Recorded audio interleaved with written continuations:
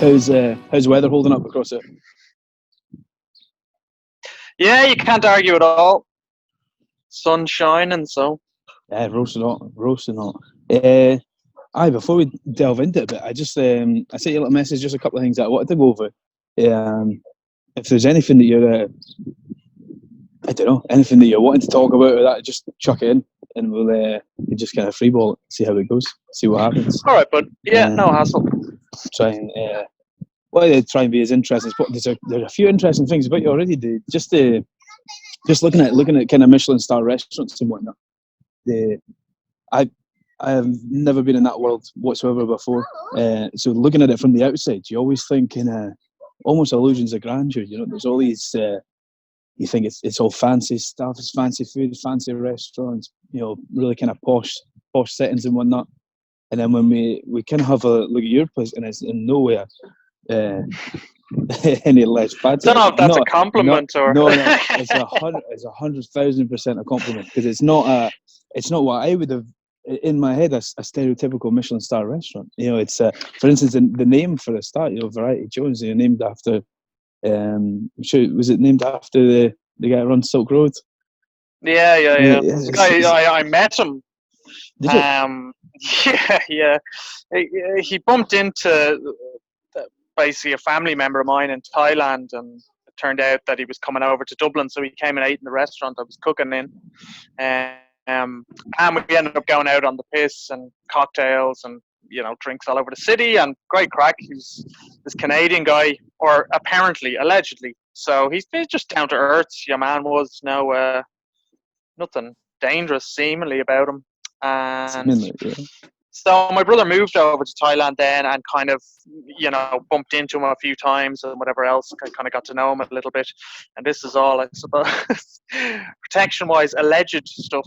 But anyway, and my brother was over there about a year, and then he came back, and we got a call that the FBI had arrested some guy, and supposedly is the same guy. So it's not that the Silk Road, like I'm pushing that kind of thing, but I just love the idea of that kind of small world story where like you bump into some lad and then you hear that the FBI have arrested him a year later. It's just very strange stuff that doesn't happen very often. So I just thought of it as something interesting, Yeah, and now you're trying to think of a name for a restaurant. What you could call it, something like My Name or Higgs or something like that, or the Red Pepper. But how do you get people to talk about it and it to stay in people's minds? So I figure, if you call it something like that, it doesn't automatically say it's a restaurant, and it kind of provokes people to kind of question it and start talking about it, and start to kind of go, oh, what is that? Where is that? And is that something that's integral to your whole restaurant setup? Making people question things. Is it one of those kind of the places where it's not quite as simple as it seems? It may, for instance, I think one of the dishes I thought was it looked fantastic. You do a lot of pastas and whatnot as well. By the looks of things, I'm a big fan of fresh pasta. It's delicious. And is it the Alfredo that you do? And it looks it looks so simple. It looks so kind of hearty and so simple. But I'd imagine, not actually having tasted it, is that one of the things you try and achieve in the restaurant, is having something that's it's got layers to it. It's not just as you see it. Well, what we do, I suppose, is like all our food and all the dishes that I kind of come up with, they start with something that, it may sound silly for a chef to say, but something that tastes really, really good. So I don't start with, technique or with, trying to balance textures and colors and stuff. I start with something that tastes really good, and I try and build on that. Now, generally, the better dishes that I come up with will have links to, so say Alfredo. That was something that my dad used to cook for me as a kid, and I could never really work out exactly how he made it. But I never really put too much thought into it.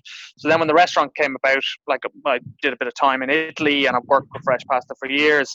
So for me, a dish like Alfredo, the one thing is that it reminds me of my childhood, and it kind of can take you back there, because it's just one of those dishes that just makes you feel good eating it. But the other thing is, it's such a great example of simplicity, and how something so simple can deliver so much. So it's about making the pasta fresh every day and cooking it to order and stuff like that. So it's a good example of what we do in the restaurant, and I suppose it's one of our signature dishes. But it's about, there's nothing pretentious about it, and we try, and like my background is all, for the last 10, 12 years, is at kind of 1-star level or Michelin star level. And what I wanted to do, I suppose, is to kind of mix how I grew up, which is around the table sharing and simple, tasty food, and marry that with kind of the higher end techniques and stuff like that. And I don't think that you need all the formality around Michelin stars. So that Alfredo dish is something that meant something to me growing up, and has a link to my father and stuff like that. But it just delivers. Someone tastes that and they go straight away, for want of a better word, that is fucking delicious. And that's the impact that I want to have with a lot of the food. That the first thing is, when you put it in your mouth, it blows you away because it's so tasty. And I suppose maybe that comes from, as well, from eating in restaurants and working in restaurants, where you've got 10 things on a plate and you're trying to figure out which way to eat them. What do you eat first to make it taste good? You're kind of searching for the thing that tastes good, whereas I think you should put a bite of food in your mouth and go, Jesus, that tastes good, straight away. So so there's still that, it's kind of comes from a fundamental kind of and I think it's something I always seem to come back to in the kitchen myself, is I kind of get lost in trying to find textures, and I get lost in trying to make things overcomplicated, and then you end up stripping it right back, like what you're saying with the pasta. You end up stripping it right back to its bare, kind of its original form almost, and just kind of letting the ingredients. I suppose, are you in Dublin? Yeah. And so what's the kind of, I suppose the agriculture. I know you were saying you were your old man that he was in with is it the fish markets and whatnot as well? Is there quite a lot of boats coming in? And we deal with some like my main fish supplier is he's on WhatsApp, so basically he's at the market that day. You're getting regular kind of updates on the day on what they have the next day. So being more connected to suppliers is very important to me. Like even my organic guy, for all my organic veg, is like knowing exactly what they have coming in. And I have no problem like with menus, with rolling with what's good that day, what's good that week, what's good next week. So it's all like tightening the circle of communication for me that allows you to kind of be more creative, and that dictates what goes on. Instead of me having an idea, I want to do something and I want to use 3 or 4 different techniques, and I want it to have texture, and I want to have this or that, I let the suppliers tell me what they have, and I try and make it taste good. So I suppose they kind of make my job easier. But then again, it's also the other side of that is that you might catch it on a day when you're not feeling great, when the ideas aren't coming, or you're not firing all cylinders, and they don't have half the stuff that's on your menu, and you have to think on your feet. So yeah, it's interesting, but I like to keep everything interesting, because I always find, even with our best dishes, that once you start cooking them for a month, for 6 weeks, 7 weeks, you start to lose interest. And when you lose interest in cooking the dish, I think the dish suffers. And you may not even realize it slipped, but a great dish can become an average dish because your heart's not in cooking it. So once your heart's not in it, you got to change the dish and do something different. So I suppose the suppliers are always challenging me to do something different. So is there something on your menu, for instance, is there anything you wouldn't touch? Is there anything, if you're cooking for instance, your Alfredo, almost sort of your signature dish, if, you ever got sick of making that, would you just take it off? Or would you have to think about it and say, that's flying out the door every night, we need to keep that on? Well, Alfredo is the kind of dish that I don't think I can get sick of, because it just delivers so much, like I said, and it's so simple, and it blows people away every time. There has been that kind of case, like at the start, and it's come back on the menu, and will probably come back again, was a grilled cauliflower dish. So it was cauliflower grilled in the fire with a caramelized yeast kind of mousse out of a siphon, and some brown butter, and some smoked trout. And it was the kind of thing at the start where it was literally blowing people's socks off. And it's a very good dish. A lot of big But flavors, yeah, for sure. And the cauliflower, plenty of texture, just hammered over the fire. Like it's delicious. And I'm my worst critic when it comes to my own dishes, but it's one of the best dishes I've done, I'd say. And it was kind of on for about 5 or 6 weeks as we opened. Everyone's coming, all the journalists and stuff coming in saying, "Oh, this amazing cauliflower dish." All the customers, you can never take that off. It's amazing. Straight away, next week I took it off because it's just, you can't get pigeonholed into that, because I don't like, oh, you have to have it on, and then a year later we're still cooking the same thing. So I took it off the menu, and kind of challenged me to come up with some other things. And then a year later, come Christmas time again, you bring the dish back on, and you kind of, I've had time to see what I like about it, what I don't like about it, and kind of evolve it a bit. And in a way, the dish is now better than it was. And if I hadn't have taken it off at the time, I mightn't have reflected on what was good about it and wouldn't have been able to improve it. So I think it's important not to get kind of pigeonholed into doing same food because people love it. If you feel that it's time to change, or if your kind of interest in cooking it is kind of waning a little bit, I think you need to refresh it. And the good thing about that is that time for reflection on a dish. And if there's a really strong recipe or a really strong dish that with a few months off, you start to feel like you want to bring it back, you can start to see how to evolve it and make it better, And if you don't change it, chances are it's only going to get worse. If you change it and come back to it, chances are it's going to get better. That's my experience of it anyway. Yeah, it's quite interesting. It's quite refreshing hearing people, talk about the food like that, cooking things because you enjoy cooking it, not necessarily dictated by the customer, dictated by what's selling. 100%. That's quite interesting. It's a nice concept. It's quite good, keeping it interesting for the kitchen, keep you on your toes a bit. So is your menu quite a small menu then? You're breaking up there a bit, mate. Oh, is that better now? Hello? Well, we started by offering. Are you there? Yep. Yeah. So we started by offering. It was a small kind of a la carte, but we do kind of chef's menus as well, or we'd offer. I just say, do you want me just to send you what's good, basically? And surprisingly, because I initially started the restaurant, I thought people would just drop in for, some customers would drop in for half an hour, have a glass of wine and a dish or two. So I gave them the option. And then that kind of developed into people kind of wanting chef's menus the whole time. So I say chef's menus because when you say tasting menus, I think it just seems like some sort of formal thing where you have to kind of be quiet and you have to get every little bit described to you. So after a while, I just scrapped the a la carte and just said, I'll just send what's good. So basically early I'd offer whatever, 5 or 6 courses, 5 courses, I think, for like €50 at the time. And then 6 or 7 courses for 60 quid, which is like €60 it's giving it away, if you ask me, for 7 courses. You better believe it. And I don't do things in halves anyway. So you better come ready to eat, basically. So, but that it kind of works for me then at the same time, because so if I start the meal with kind of 3, 4, 5 snacks, basically just a mouthful that tastes good, could be some homemade rye bread with beef tartare, or or what's actually one of our most popular before we closed, which was like we did a slow cooked smoked brisket on our homemade rye bread with like cheese, custard, homemade pickles and stuff. Nice. So little one hits. So we would start with snacks, then we generally do a cold dish to share, a hot dish to share, a pasta to share, a main course to share, and a dessert to share. So you're talking, what do we do? Probably 7, 8 dishes on the menu. Yeah. But because it's small like that, it means that you can change the menu whenever you want. You can work on a dish whenever you want.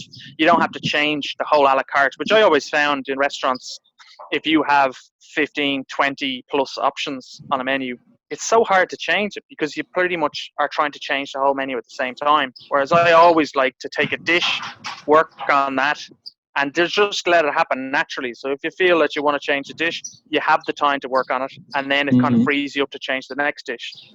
And especially when I don't really have to give someone a menu and I can just say, I'm going to send you what's good. It means if I'm messing around with something that day, I can send that out to them, see what they think. I can. So do you think you kind of, you almost build up I suppose you build up a trust with the customer as well. You know, if they're trusting you to cook, anything you like, they're going to like it. You know, that's a good position to be in. You know, if they're trusting you with their tea that night, It doesn't always work out, It's an interesting thing. It doesn't always work out, and sometimes you give people a dish before it's ready, and it doesn't work out. But usually, I know the issues with it anyway, so I'll know by the time I've plated it up what I've done wrong.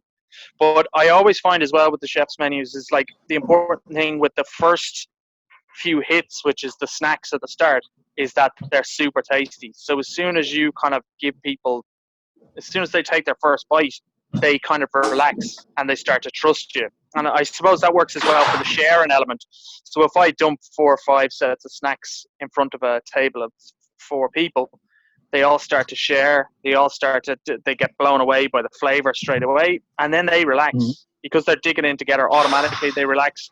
And once that trust starts, then you can just start sending dishes. And they're not even concerned about what they're going to eat. They're just enjoying themselves. And then I can just drop a tasty plate of food followed by another.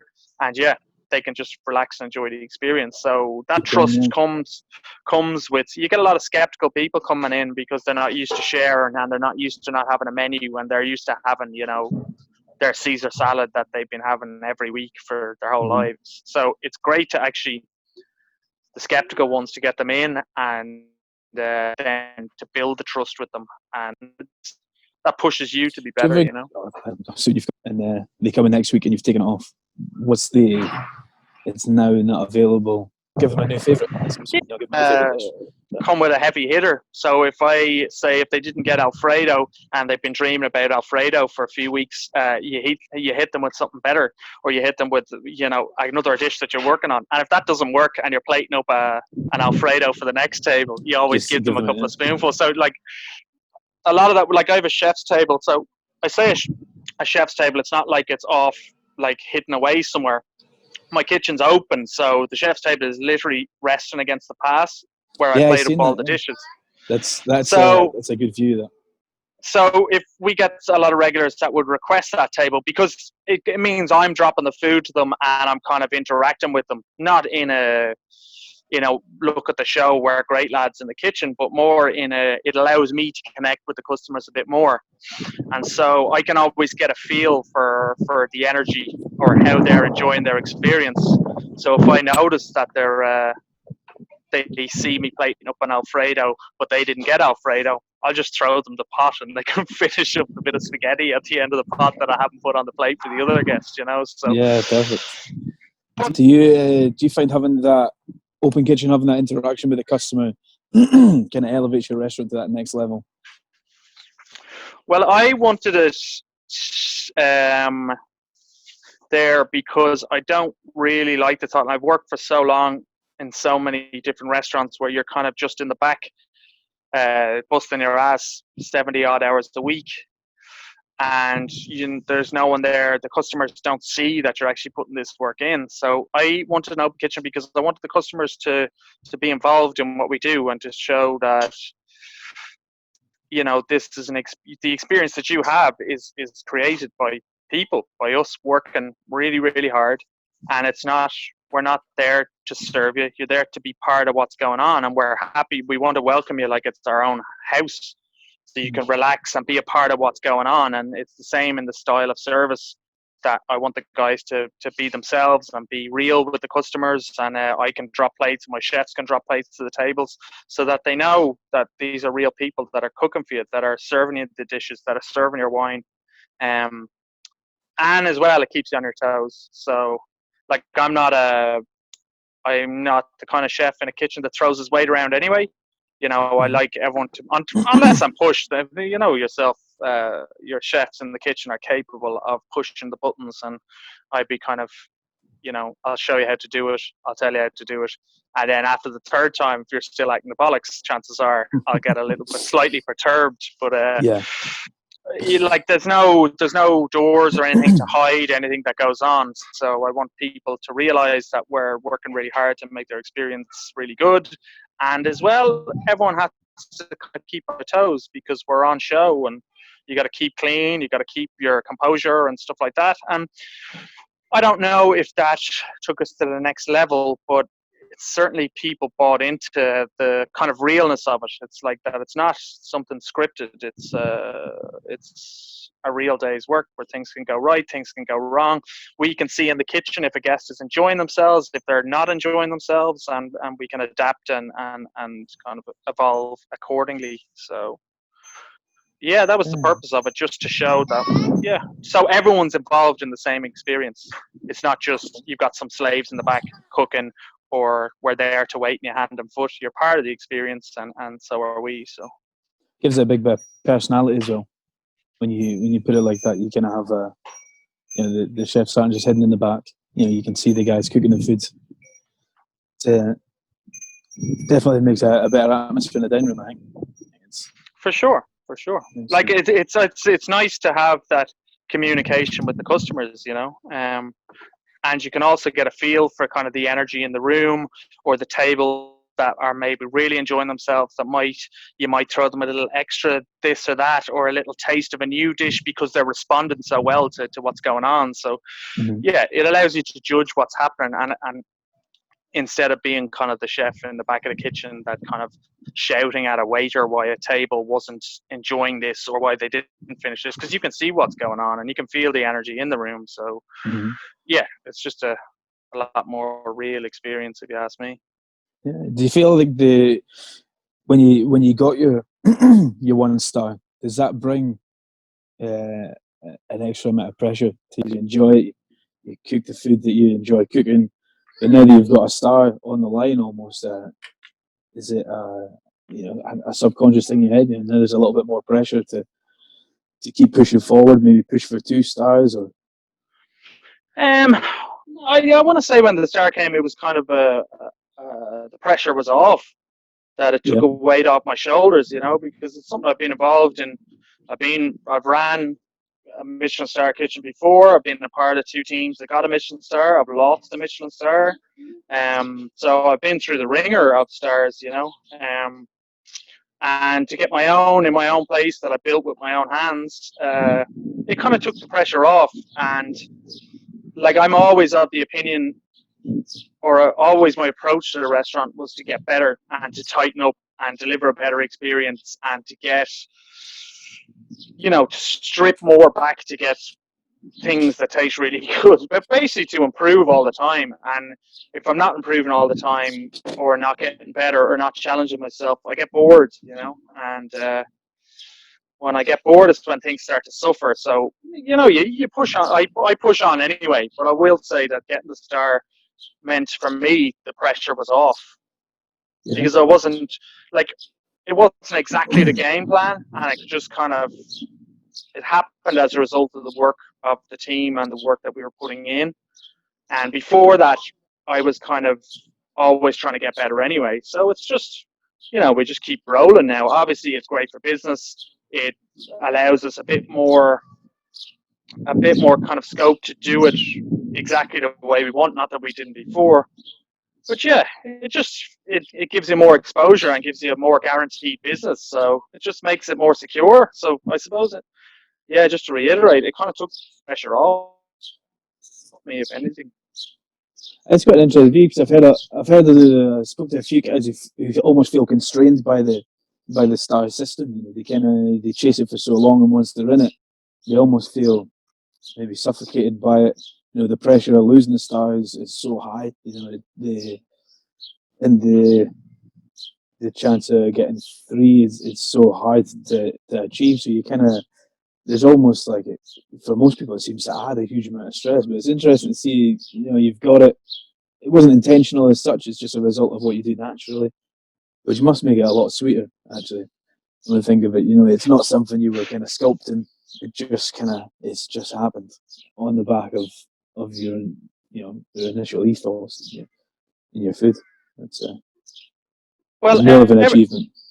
everything we were trying to do with the restaurant was to kind of make it happen organically. So I didn't have some big Instagram push or anything like that, taking pictures of dishes, fishing for likes.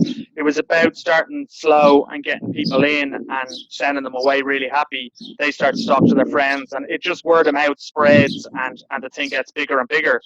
And as a result, kind of we can grow our team and we can develop the stuff that we do.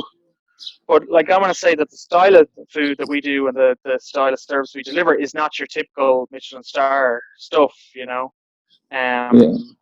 It's about people sharing and people getting stuck in together, and people being able to relax, which I think I said at the start, that it's kind of a reflection of how me and my family grew up. Like my brother is the general manager, my older brother, and the two of us grew up around the family table, kind of digging in and sharing together, and everyone were relaxing. And you could get friends dropping in, you could get members of the extended family, and if you were a guest, you were a part of the family, and everyone would just relax. And I feel that sharing and sharing food really brings people together.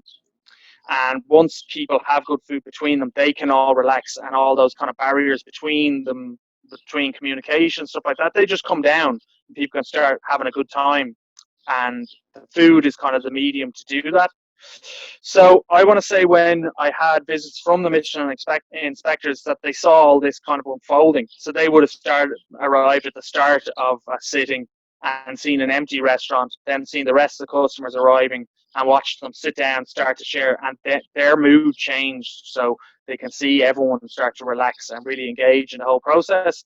And I think it's great that they bought into that, because we don't have white tablecloths, and we deliver a very professional and high standard of service and food, but it's just done in a way without any of the kind of formality or any of the pompous bullshit. For not that I have anything against kind of fine dining and stuff like that. It's just not how I wanted to deliver what we do, and my style of food and the style of service we deliver. It doesn't suit that. It doesn't suit white tablecloths and formality, you know. So I Yeah, think it's just great that Michelin bought into it. it's something that personally I'm massively into, that the quality without the pretentiousness. You know, somewhere you can sit. There's no reason why you can't get the same culinary experience that you get in a big fancy restaurant. You know, sitting in casual clothes, you know, in a comfy seat, you know, For feeling sure. relaxed. You know, that there's something about that I think is more appealing than going somewhere. Maybe that's just me. I don't Well, really. I suppose Uh, different strokes for different folks. yeah, I think But some people like, like I feeling think like the VIP. You know? chefs, hospitality people definitely like to just sit and relax and kind of get loose on the day off and have some drinks and eat some good food, you know. So maybe it's just us, but like everyone, And all my customers really buy into it, you know. yeah, that's right. And I think as well, when you're talking about the sort of price point you were at before, I mean that's that is giving it away, like you said before. You know, especially when you appreciate the So effort the that goes into price is this pretty kind much. of food. Is that's you know you're very, it's huge value for money. Yeah, you can't Mm-hmm. ask for much more for it. Like even with the star, I think after Christmas, I think we raised our price to like 55 for a 5 course, and then 60 for a 6 course. Maybe it's 7 courses, but it's still very reasonable. And the thing about it Mm. is, it's we don't want people to go in and to lose their bollocks. Basically, we want them to come in and enjoy themselves. And if they want to go for the extra, like, oh, you can have an extra cheese course, you can add, another fish course, or you can get your 2 bottles of wine or 3 bottles of wine instead of one, or you can get tasting wines. So you can spend money if you want, and it covers our costs. Like, we make our money. So I don't Mm. know. I can't justify charging someone 40 quid for a 200 gram or 150 gram piece of turbot. Like, Yeah, I couldn't. I don't know if I could sleep at you can night. sleep. Yeah. No, there is like, I mean, you do see a lot of places that it is a pity. I mean, you'll call something fancy and whack an extra tenner on it. It's not something that we certainly live by in the restaurant here. It's nice to see you can do that at a Michelin level. You know, you can still achieve these things. I mean, we see it at kind of grassroots level. You know, things we're not in any way got any kind of accolades like that. But it's nice to see the same traits can be recognised in in an environment in Michelin, where I think traditionally it is kind of, it is a bit pompous. It is a bit kind of a bit wanky. If it's a bit kind of uncomfortable, if you ask me. But it's I think for like, I suppose it's always the approach, but with stuff like that, if you're say as one of the course, if you're using luxury ingredients, you need to make it up elsewhere. So, like if I have turbot as my fish course, I'll make it up by my hot course. It'd be celeriac or something. It'll be a vegetable, so it's not going to cost insane money, but we deliver it in so that you're getting something really good through the technique and just making sure that it's banging when you eat it. So people aren't missing truffles and foie gras, because everything tastes great. So like it seems to me that some of the approaches with in the kind of fine dining end of things and Michelin stars is just keep grating truffle on it and until it tastes good. And I think you can kind of, not everyone does it, and people deliver it, can pull it off exceptionally well, but sometimes people are just hiding behind it and their costs are going up, and nothing's changed in the flavor. There's not enough flavor in the foundation of the dish. But at the same time, like my restaurant's got 28 seats, 26 seats now. Chances are that's going to change with post COVID or whatever. But it's a small team I have. Like I have, include myself, 7 staff, and we do 50 odd people a night over the 2 sittings, which is plenty. But I don't have to. I don't have to charge 80 quid for a main course to pay for the 15 staff that I have. You know what I mean? Yeah. So it's about kind of finding that balance.